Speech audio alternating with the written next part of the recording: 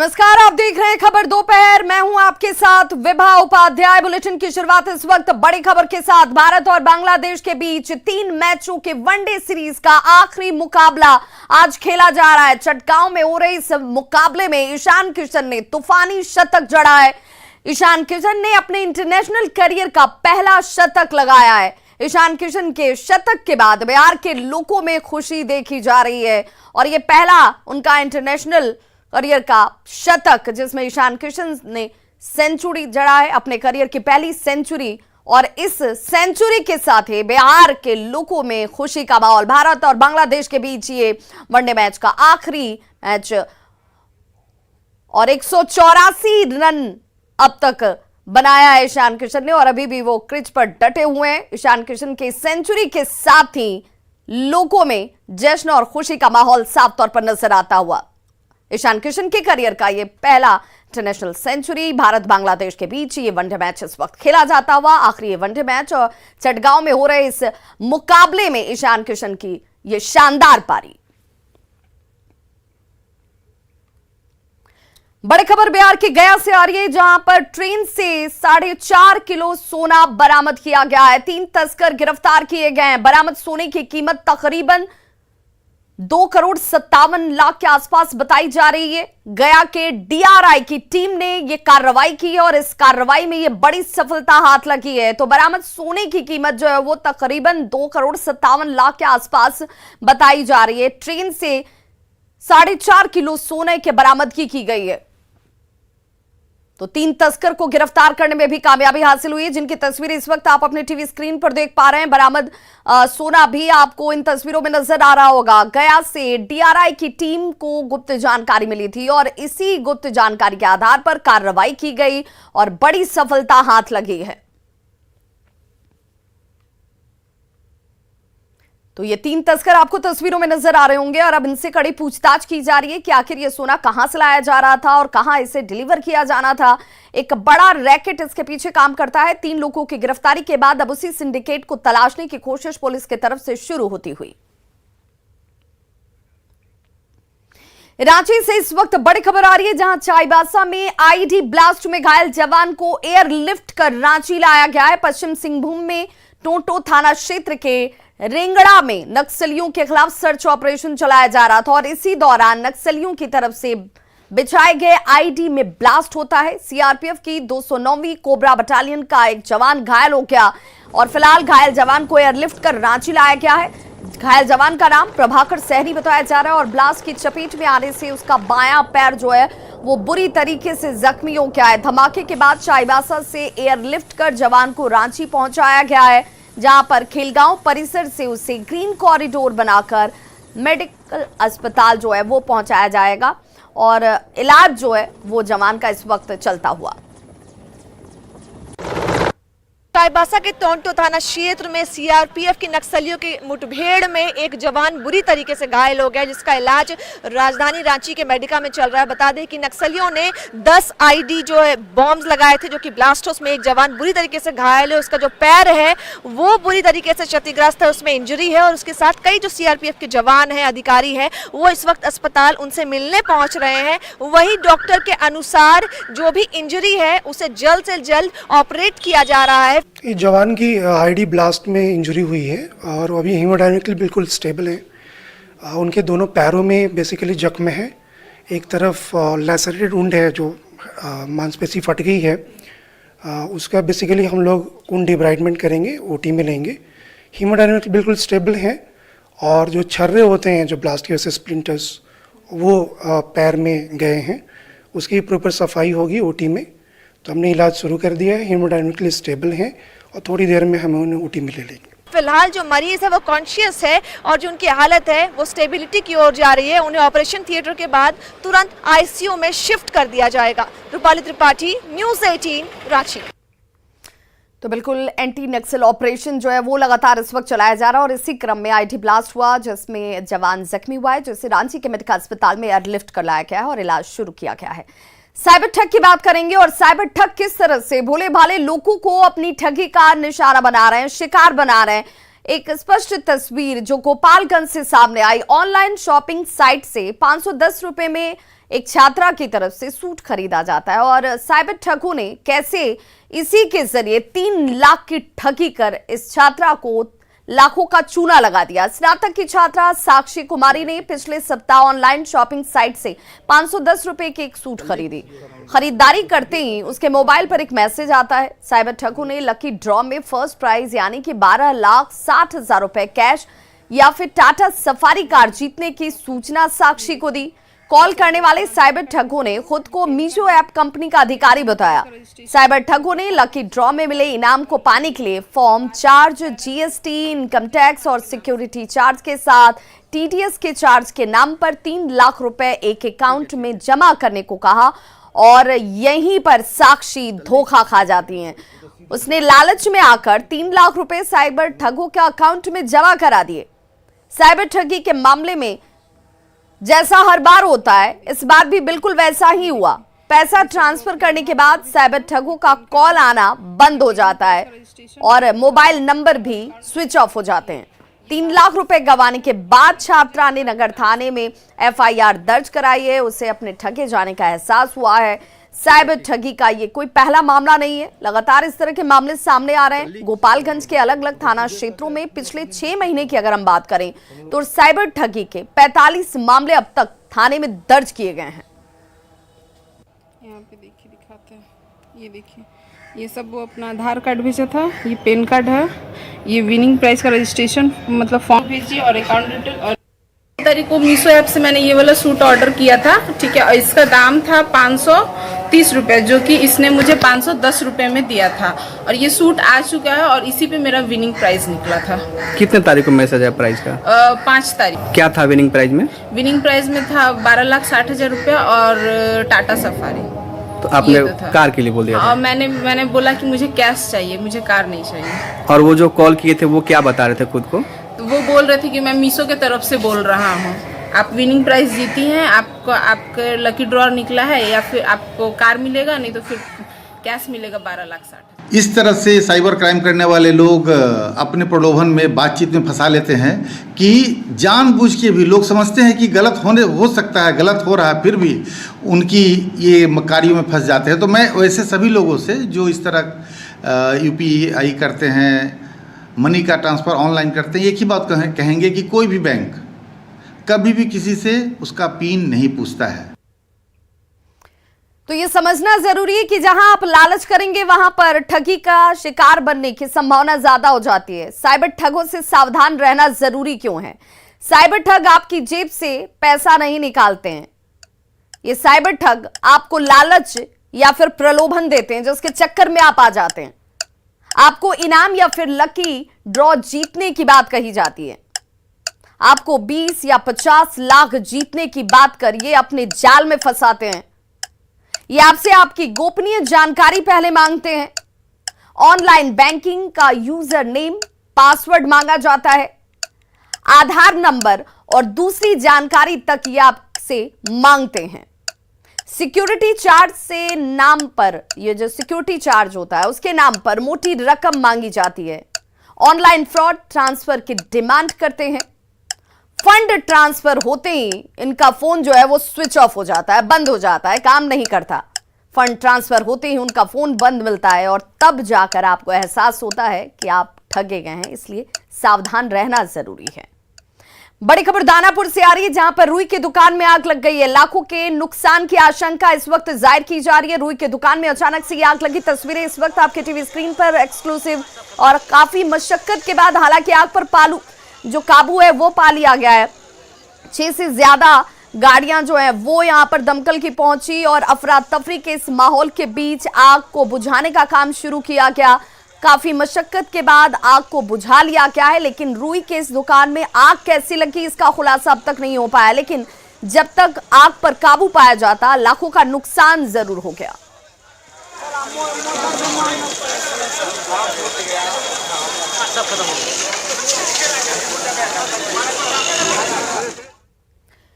तो दानापुर के बाद बेगूसराय से भी बड़ी खबर, जहां पर शॉर्ट सर्किट से एक गांव में आग लग गई, जिसमें 6 घर जलकर पूरी तरह से खाक हो चुके हैं। अगलगी की घटना में देखिए लाखों रुपए का नुकसान हुआ है। लोगों के आशियाने जल गए। झुग्गी झोपड़ी जो एक एक करके आसपास थी, वो सारे घर इसकी चपेट में आ गए। बछवाड़ा थाना क्षेत्र के चमथा की ये तस्वीर इस वक्त आप टीवी स्क्रीन पर देख रहे हैं। शॉर्ट सर्किट से आग लगने की आशंका जाहिर की जा रही है। स्थानीय लोगों ने यहां पर तत्परता दिखाई। काफी मशक्कत के बाद लोगों की तरफ से ही आग पर काबू पाया गया।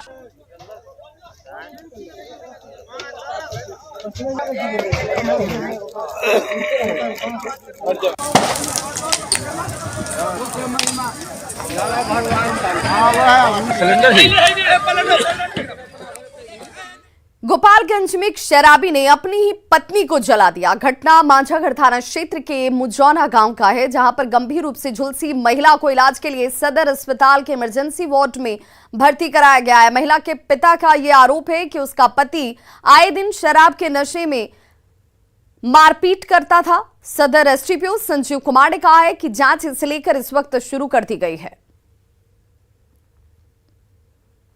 मारपीट करेला हमेशा ओकरा से दारू पियला हानु जब तब ओकरा का मारपीट करी लेकर 6-7 साल हो गई। हम कम से कम ओकरा का दवा कराओ तो हार गई बानी। एक पैसा को दवा ना करावे ओकरा तकलीफ हुई लड़की की तो कुछ कहबे करी। ये मामला संज्ञान में एक आया है। कुछ बताया गया है कि टाउन यहाँ सदर अस्पताल में इलाज चल रहा है। थाना अध्यक्ष को निर्देश दिया गया है इसमें जो भी है आगे की विधि सम्मत कार्रवाई करते हुए अगर ऐसी कोई घटना घटी है तो अभियुक्त को गिरफ्तारी करें। दानापुर में अग्निपथ योजना के तहत आर्मी में बहाली इस वक्त चल रही है और आज बहाली का 10वां दिन है। आज 5 जिले से आए अभ्यर्थियों का चयन किया जा रहा है। चयनित अभ्यर्थियों के रिटन एग्जाम 15 जनवरी को लिए जाएंगे। आर्मी में कैसे हो रही है बहाली, मौके का जायजा लिया हमारे सहयोगी अमरजीत शर्मा ने। हम मौजूद हैं दानापुर के भर्ती कार्यालय में, जहां सेना की बहाली ले जा रही है। ये अग्निवीर सेना भर्ती रैली 2022 है और ये रिक्रूटमेंट रैली ग्राउंड है। और यहाँ पर जो है देख सकते हैं किस तरह से अग्निवीरों की जो है परीक्षा ली जा रही है, ताकि ये परीक्षा पास करने के बाद ही वो आर्मी में शामिल हो पाएंगे। यहाँ बीम की प्रक्रिया चल रही है और यहाँ जज बैठे हुए हैं। आर्मी के जो अधिकारी हैं वो जजमेंट कर रहे हैं और इनका जो है जजमेंट जो होगा, जो ये लोग जो है बीम मारते हैं, वो जजमेंट के अनुसार ही जो है इनके शरीर पर मुहर लगती है।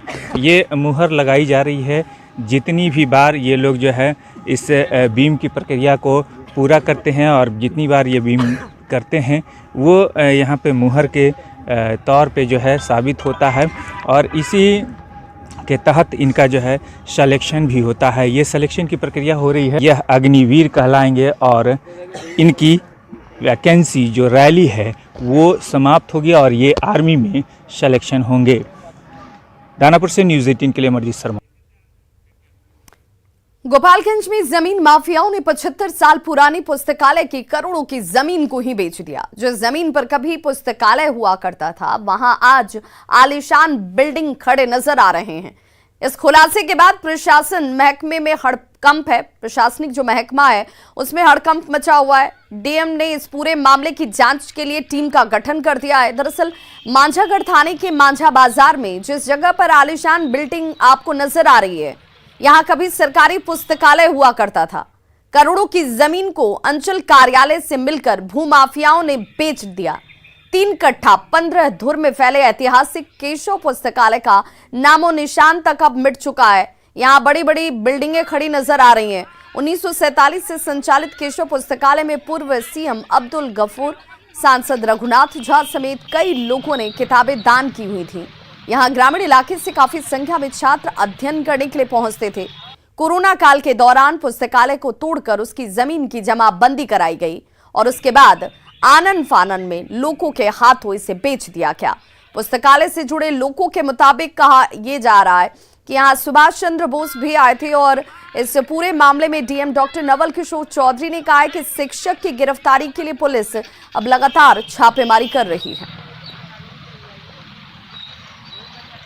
केशव पुस्तकालय बहुत ऐतिहासिक पुस्तकालय था और ये बहुत चिंताजनक स्थिति है कि एक सांस्कृतिक जगह को, एक ऐतिहासिक धरोहर को प्रशासन के आंख के सामने और ये समाप्त हो गया और यह चिंता का विषय है। ऐतिहासिक धरोहर को बचाना हमारा दायित्व बनता है। देखिए, यह अब जांच जब पूरी हो जाएगी तब यह स्पष्ट होगा कि ज़मीन किसकी थी, या ज़मीन सरकारी थी या किसी एस्टेट की थी या किसी रैयत की थी।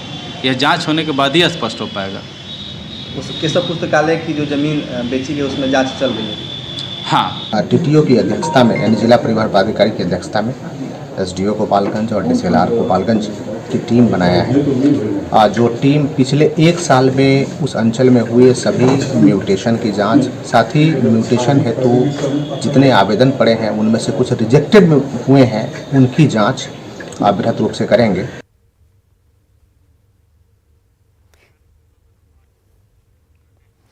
और बड़ी जानकारी आपको देते चले, बांग्लादेश के साथ हो रहे मैच में, वनडे जो मैच चल रहा है उसमें ईशान किशन ने 200 रन बना लिया, यानी कि दोहरा शतक जो है वो उन्होंने जड़ दिया है। ये बड़ी उपलब्धि ईशान किशन के लिए भी और बिहार के लोगों के लिए भी, जो नजरें लगाकर बैठे हुए थे कि ईशान किशन जो है इस उपलब्धि को हासिल करें। ईशान किशन का दोहरा शतक पूरा हो चुका है। 200 रन उन्होंने बांग्लादेश के खिलाफ बना लिए हैं। दोहरा शतक उनकी तरफ से, ये इंटरनेशनल मैच में उनका दोहरा शतक, और इस दोहरे शतक के साथ एक और कीर्तिमान भी उनके नाम इस वक्त जुड़ता हुआ। ईशान किशन का ये दोहरा शतक पूरा हो चुका है। बांग्लादेश के खिलाफ ईशान किशन ने ये दोहरा शतक जड़ा है इस वक्त।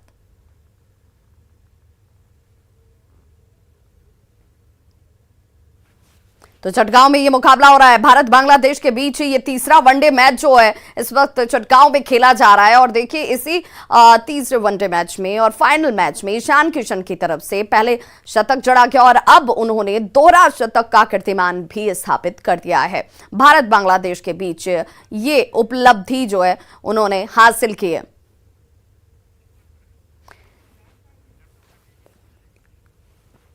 तो ईशान किशन की तरफ से ये उपलब्धि हासिल की गई है। ईशान किशन की तरफ से दोहरा शतक जड़ा गया है, तीसरा वनडे मैच। और आपको बताते चलें कि इंटरनेशनल मैच में ईशान किशन की तरफ से ये पहली उपलब्धि जिसमें उन्होंने सिर्फ शतक ही नहीं दोहरा शतक जड़कर अभी भी वो कीच पर डटे हुए हैं। और चटगांव में हो रहे इस मुकाबले में दोहरे शतक के साथ ही बिहार के लोगों में जो है जश्न और खुशी साफ तौर पर नजर आ रही है। ईशान किशन जिन्हें आगामी तौर पर भी ये कहा जा रहा है कि इंटरनेशनल मैच में उनकी ये भले शुरुआत शतक के तौर पर जरूर हुई है, लेकिन ये कीर्तिमान लगातार उनकी तरफ से स्थापित किया जाता रहेगा, क्योंकि उनके मैच को लेकर नज़दीक से उन्हें जानने और देखने वाले लोगों का ये कहना है कि, और आपको बताते चलें कि वनडे मैच में इससे पहले ईशान किशन से पहले सचिन ने, सहवाग ने और ये जो कीर्तिमान है रोहित शर्मा जो हैं उनकी तरफ से ये कारनामा जो है 2 बार किया गया। और ईशान किशन, अगर युवा क्रिकेटर की बात कर लें, बिहार के ईशान किशन की बात कर लें, तो उनकी तरफ से ये उपलब्धि हासिल की गई है। उन्होंने ये कीर्तिमान बनाया। ईशान किशन के इस दोहरे शतक के साथ भारत की स्थिति भी यहां पर इस मैच में, वनडे मैच में मजबूत होती हुई, और इस वक्त भी ईशान किशन जो है वो क्रिच पर डटे हुए हैं।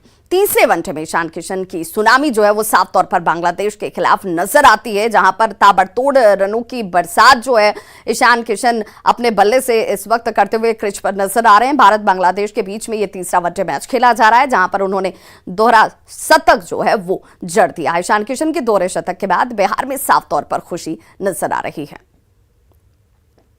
तो 126 गेंदों पर 200 रन ईशान किशन ने जड़ दिए। अब आप अंदाजा लगाइए कि ईशान किशन ने कितनी धुआंधार पारी यहां पर खेली है। सचिन, सहवाग और रोहित के क्लब में अब उनकी एंट्री हो चुकी है। जी हां, क्योंकि 126 बॉल पर उन्होंने ये दोहरा शतक जड़ा है और अपना नाम उन्होंने इन तमाम बड़े बल्लेबाजों के लिस्ट में शुमार कर लिया है, जिन्होंने इंटरनेशनल वनडे मैच में दोहरा शतक जड़कर उपलब्धि हासिल की है। और भारत बांग्लादेश के खिलाफ खेला जा रहा है ये मैच इनके लिए यादगार जरूर बन गया। साथ ही साथ बिहार के लोग जो हैं वो ईशान किशन को लेकर के बार बार उनकी तरफ से कहा जा रहा था कि बहुत ज्यादा, अगर आप ईशान किशन को समझते हैं या उनके क्रिकेट को देखते हैं, उनकी मां लगातार कहते रही हैं कि भले बातचीत ईशान किशन से कम हो पाती है, मुलाकात कम हो पाती है, लेकिन खेल को लेकर जो जज्बा ईशान किशन के अंदर है, जो उनका जुनून है, वो उनके बल्ले में नजर आता है, उनके क्रिकेट ग्राउंड पर पहुंचने के साथ नजर आता है। और हर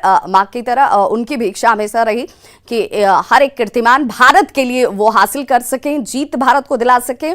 और इसी कड़ी में चटगांव में हो रहे भारत बांग्लादेश के बीच इस आखिरी वनडे मैच में, तीसरे वनडे मैच में ईशान किशन ने दोहरा शतक 126 बॉलों पर मात्र जड़ा है। हालांकि ये देखना होगा कि कितने चौके और छक्के की बरसात उन्होंने इस 126 बॉलों में जो 200 रन बनाए हैं उसमें हासिल किया है। ईशान किशन के इस दोहरे शतक के साथ भारत की स्थिति जरूर मजबूत नजर आ रही है। बांग्लादेश के खिलाफ तीसरे वनडे मैच में ईशान किशन ने 126 गेंदों को खेलकर 200 रन जो हैं वो बना लिए हैं और अभी भी वो क्रिच पर डटे हुए हैं। भारत बांग्लादेश के बीच में ये तीसरा वनडे मैच इस वक्त खेला जा रहा है और 200 रन बनाकर उन्होंने अपना जो नाम है वो शुमार कर लिया है। चाहे वो सचिन तेंदुलकर की बात कर लीजिए, चाहे सहवाग की बात कर लीजिए या फिर रोहित शर्मा की बात कर लीजिए, इन तीनों क्रिकेटरों के बाद अगर किसी का नाम लिया जाएगा तो उस लिस्ट में अब ईशान किशन का नाम भी जुड़ चुका है। पर बल्लेबाज है, हमारे पास 3 खिलाड़ी ऐसे हैं जो संजू सैमसन है, ईशान किशन और ऋषभ पंत है, और ये तीनों की जगह बन सकती है, ऐसे खिलाड़ी हैं। और ये तीनों का वेरिएशन अलग है बल्लेबाजी में, तो मुझे लगता है इनको सबको मौके मिलने चाहिए। और आप फ्यूचर जो नेक्स्ट वर्ल्ड कप की तैयारी कर रहे हैं, लेकिन 3 लोगों पर भरोसा रखिए और आपकी टीम सही हो जाएगी। और किरण मोरे जी हमारे साथ, अमृत आनंद लगातार बने हुए हैं। अमृत, किरण मोरे जी हमारे साथ मौजूद हैं, आप उनसे बातचीत कीजिए। किरण सर, पहले तो आपको बहुत बहुत बधाई विकेट कीपर बल्लेबाज के तौर पर। हालांकि खबर यह है कि अब ईशान किशन आउट हो गए हैं जल्दबाजी में रन बनाने के चक्कर में। 210 रन की ये जो आतिशी पारी, धैर्य की पारी जो खेली इन्होंने, जो ऐतिहासिक पारी खेली है, उस पारी का अंत यहाँ पर हो गया है। लेकिन फिर भी इसके बाद जिस तरह की बल्लेबाजी आपने देखी है, बेंच पर बैठना, तो 23 चौके और 9 छक्के ईशान किशन ने अपनी इस बेहतरीन पारी में जड़े हैं। हालांकि 210 रन बनाकर अब वो पेविलियन वापस लौट गए हैं। कहा जा रहा है कि जल्दबाजी के चक्कर में, हालांकि 200 रन यानी कि दोहरा शतक जड़ने के बाद ये जल्दबाजी उनकी तरफ से दिखाई गई, लेकिन एक दोहरा शतक जड़कर कीर्तिमान जरूर उन्होंने स्थापित कर दिया, जिसमें 23 चौके शामिल हैं, 9 छक्के शामिल हैं और एक मजबूत स्थिति उन्होंने भारत को जरूर दिला दी है। तो खबरों का सिलसिला लगातार जारी है, आप देखते रहिए न्यूज़ 18 बिहार झारखंड। यहां खबरों का सिलसिला कभी नहीं थमता।